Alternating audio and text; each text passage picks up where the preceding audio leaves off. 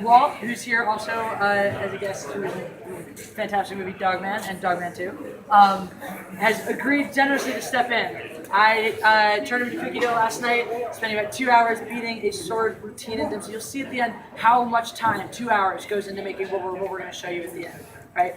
But my name is Jessi Milestone. I'm from the channel Mindless Entertainment. Boom, I got a booth over there if you want to check me out later. I got free buttons. Yeah, I've been a fencer for 15 years. So my sword experience comes from Western style fencing, as well as I do Krav Maga, which is an Israeli self-defense technique. It's a lot of movie fighting, movie fist fighting is based around Krav because it's very, very realistic. And then I've integrated those ideas into doing stage combat. So what I want to talk to you about before I do the demonstration, who here has a lightsaber or a sword or play sword, any kind of toy sword at home? Yeah? Who here enjoys playing with swords with their friends? Yeah. All right. Who here starts to do a sword fight with their friend and it looks something like this? Yeah. Somewhat. Who wants to know how to make their sword fights look cooler? Yeah! So everything I'm going to show you, I'm going to go over just a couple of ways where you can, and I'll show you, you can do a purely improvised sword fight wherever you are that looks cool and realistic. And then if you want to put the time and effort in, you can choreograph some pretty sick moves. Alright? So the basic things when you do any kind of stage combat with anything is safety. Right? We are safety minded. We are so safety minded that we're not allowed to let any of you guys play with these swords because insurance. Because then we'll kill you and then you'll sue us. It's very, very sad. We don't want it. Alright? So the two most key things, safety in sword fighting, is eye contact. Right? If I know Walt sees me, I know he can see what I'm about to do. So if I'm about to do this, Walt can see and he can react. Hopefully not with his nuts. Okay. Just disclaimer once again, Walt agreed to do this last night. Everything you learned last night about this thing you learned last night. So Awesome. Good job, man. Round of applause for stepping up. That's really You're going to do it. I'm Jon Snow. I know nothing. Right. The other important thing, right? And He's a good sword fighter, though. Yeah, I have notes in case I forget. Be aware of your surroundings, right? We have a wall here. I'm not going to take a swing like this because I'm going to hit the wall, right? I'm not going to step this way because I'm going to hit a wall. I'm not going to step this way because I'm going to kill Steve. And we don't wanna kill me. Steve. We like Steve. Right?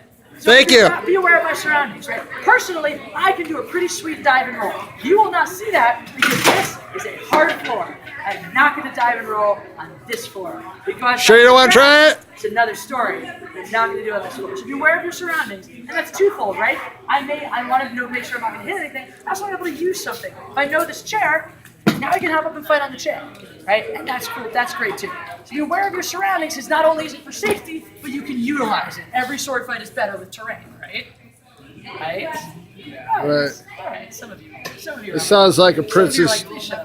Right, the other thing is you go straight to hit, right? If I'm swinging at my friend, unless we're doing rules of engagement that involve hitting, if I do any engagement that involves hitting, you never want to hit above the chest because that's what's going to rest the head.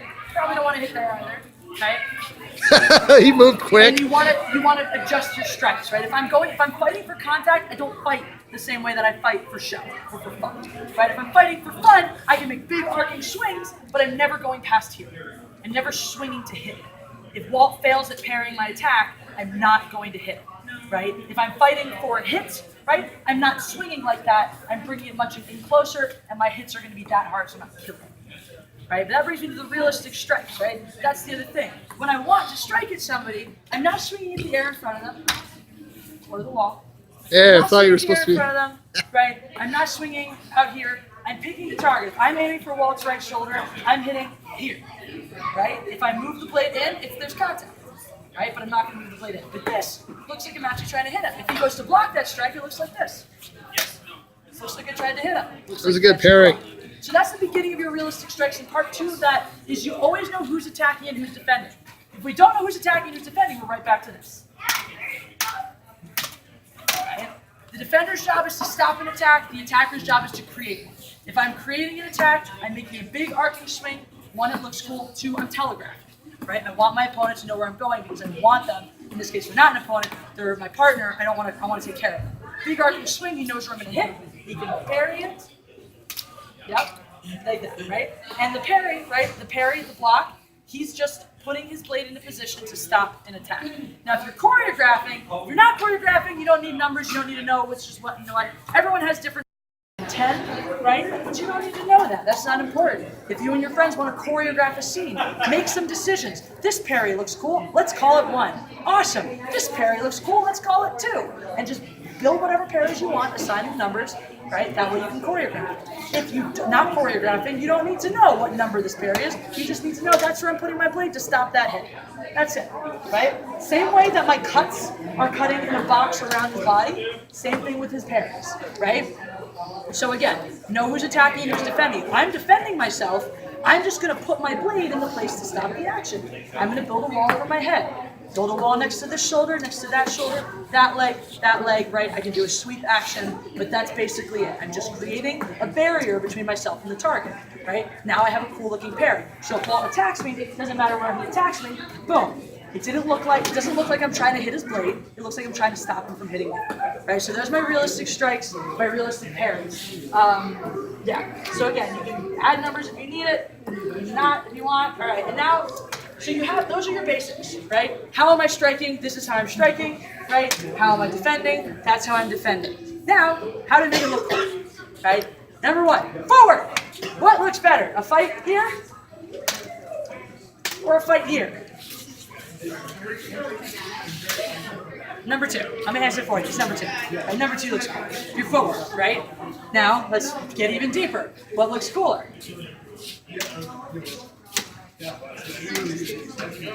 Right, that or right, the second one. Because I'm being specific about what I'm doing. I'm twirling, I'm stepping, right? And you don't need to know how to fence. You don't need to know how to do footwork to be specific about your footwork. How am I attacking? Am I going to step like this? Am I going to step like this? Right? Basic open shut step is how a lot of fighting, a lot of types of fighting, and open and close, right? And advance takes you forward, retreat takes you back. The bottom line is open, close my feet, right? Am I taking a little shuffle step? Am I taking a big cross step? Am I turning my body? What am I doing? The more specific you are with your feet, the cooler your fight is going to look. This is the hard part. A lot of people struggle, right? Yeah. I have all these things. Oh yeah. Exaggerate your actions. I've been showing you a ton of that, right? If I'm doing an actual fight with somebody, I don't want to know where I'm going to hit them. I'm going to attack like that. I'm doing a fight to look cool. Exaggerate your actions. The bigger you are, the other trick about it is the bigger your actions are, the faster you can do them. Right? If I make a really small attack like that, I don't give Walt time to react. If I make a very fast, big attack like that, he can still get there. Right? So, especially when I'm doing a non-scripted fight, the bigger my attack is, the more likely he's going to be able to react to it and defend it. And now we have a dance move. That's what we're going. Telegraphing. Right? You can add things. These are hard if you're not non-scripted. These are harder, but you can still do them. I can add ducks and jumps. Right? If he swings his arm back to my head, if he's going for my head, right? Swipe. I can just go to swipe at my head. Yeah. Right? I can duck under it. Right? If he's swiping at my feet, I can jump back, jump over. Right? And these again, eye contact. If he knows I'm going to go for a swipe to his head, I'm not just going to do this and swing. I'll look at him, hold my arm back. Right? He sees it. He knows it's coming. He can react to it. All right? So all those extra things that you can add in. Okay, so another thing you add in your fights that I really like, which is really cool, is you can add physical elements. We'll show you some of this as well later, right? I can throw a hit him, right? Boom. I can punch him. I can shove him, right? I can grab him. The important thing about this, when you're doing anything with force, the force does not come from the person applying it. It comes from the person receiving, right? So if he shoves me, right? He touches me. I should touch me. That's as hard as he's gonna hit me, right? But when we're in the fight, he shoves me like that, right? Do it again. He didn't push me, I pushed myself, right? This is very, very important.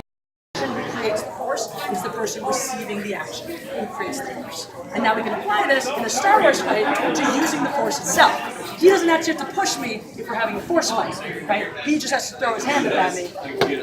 Right? Now he pushes me back, he can throw me to the wall, right? All of that stuff. He can force choke me.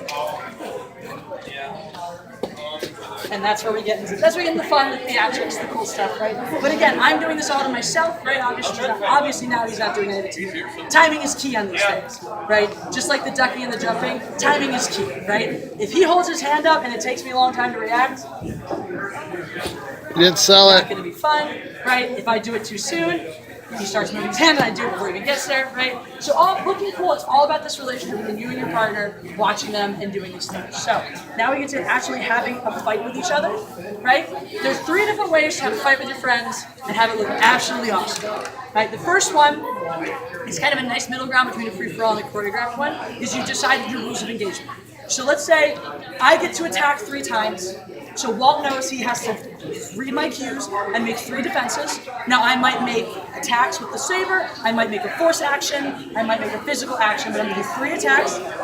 We haven't decided these, we haven't scripted these, he doesn't know what I'm gonna do, and then as soon as I'm done my 3, he gets to do 3. Same thing, we haven't scripted these, we haven't written these, we haven't decided what we're gonna do, so we're just gonna go back and forth a little bit and see what it looks like. You guys get to tell us if it's cool or not, right? Ready? Okay.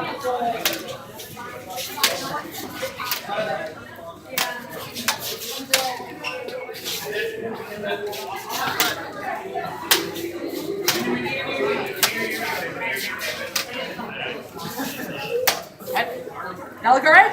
Not bad.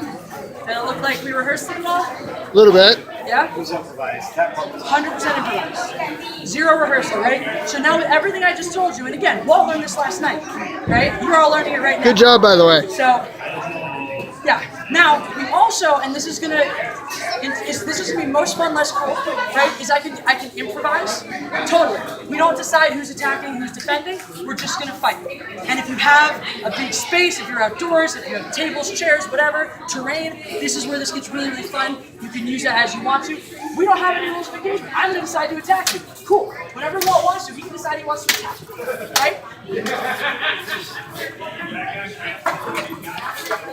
Right? So there are no rules here, right? That was a nice We didn't block. decide any of that. We didn't script any of that. I didn't tell him what I was going to do. He didn't tell me what he was going to do. We're just watching, right? I went for an attack. Great. He's not doing anything right now. I'll attack him. I'll keep attacking until he decides he wants to attack me.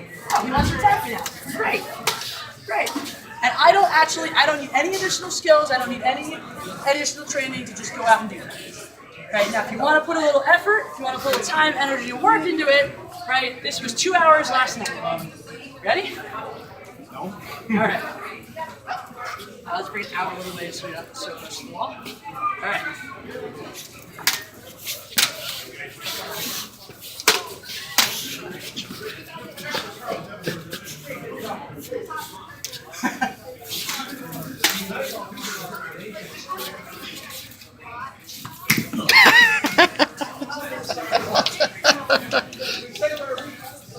Everyone give Walter a round of applause. That was amazing. He worked so hard on that. It really took him a long time to do. All right, so that, again, I wish I could have had something longer and bigger and wonderful for you, but Walt really stepped up to make that happen. Do you guys have, at this time, do you guys have any questions about any of the stuff we just talked about? Dying is great. Fall safely. Always fall. Just one quick tip on falling. Always fall onto your legs, onto the meaty parts of your body, never your head. Yes? I actually have a question. How do you stop a thrust? How do you stop a thrust? Excellent question. Right, so we talked about building a wall and things like that. Now, the important thing about the safety of a thrust, now obviously if you have a retractable lightsaber like this, it's not that big of a deal if I actually hit. Nothing happens, right? So thrust, you need to use a sweeping action, right? Because obviously if I just build a wall somewhere, I'm getting hit, right? So what I want to do, I can sweep in any direction I want. If he's coming this way, I can sweep him that way. I can sweep him that way. My favorites, I can sweep him down, right? Or as you saw in the fight, I can sweep him up as well, right? Any direction. So if a thrust is coming at you, you just want to sweep your blade, right? A long sweeping arc, right, to deflect that action. And then it's super fun because from a deflection, right, now he can easily come into a parry or another strike, right? Sword fighting like this is a dance. It's just one move to the next, to the next. Really good question. Any other questions? Anything at all? No? All right. Well, thank you so much for checking this out. I'm Jessi from Mindless Entertainment. This is Walt Rowan of the Dogman movies. We are in booths over there. I got free pins if you guys want to come stop by. They're cool. Thank you so much. Thank you. Really appreciate it.